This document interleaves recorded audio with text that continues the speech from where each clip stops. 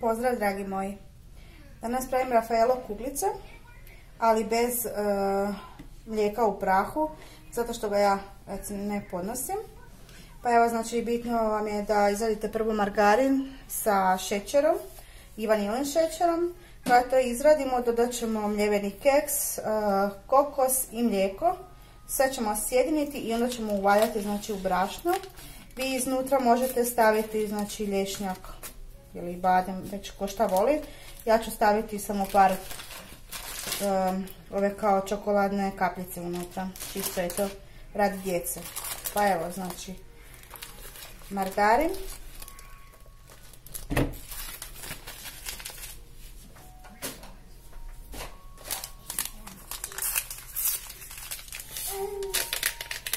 Vanilin šećer. I sad ću to malo izraditi i onda ću postepeno dodavati, znači, šećer. Pa evo. Znači sad kad smo izradili margarin sa šećerom, sad dodajemo, znači, sve ostale sastojke.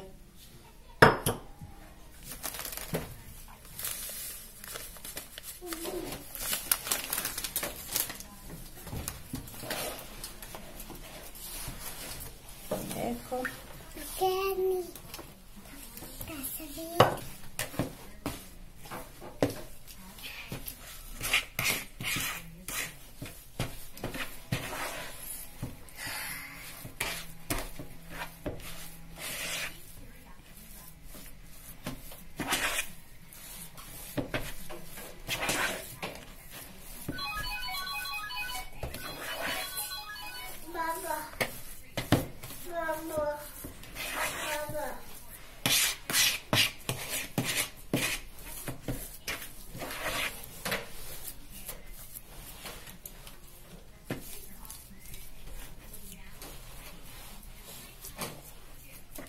Evo ga, sad nakon što smo izmiješali,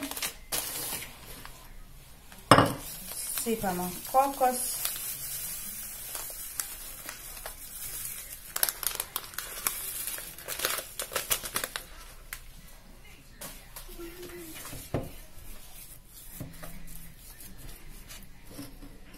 I znači pravimo kuglice.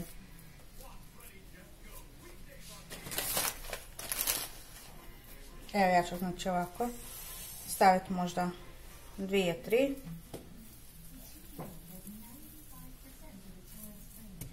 I uvaljamo kokos. Vrlo brzo se priprema, a još brže se pojede.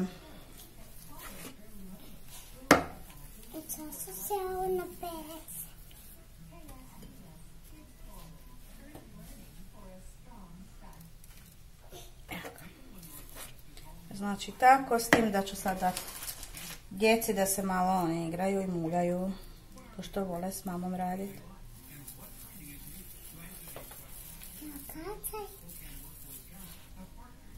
Tako.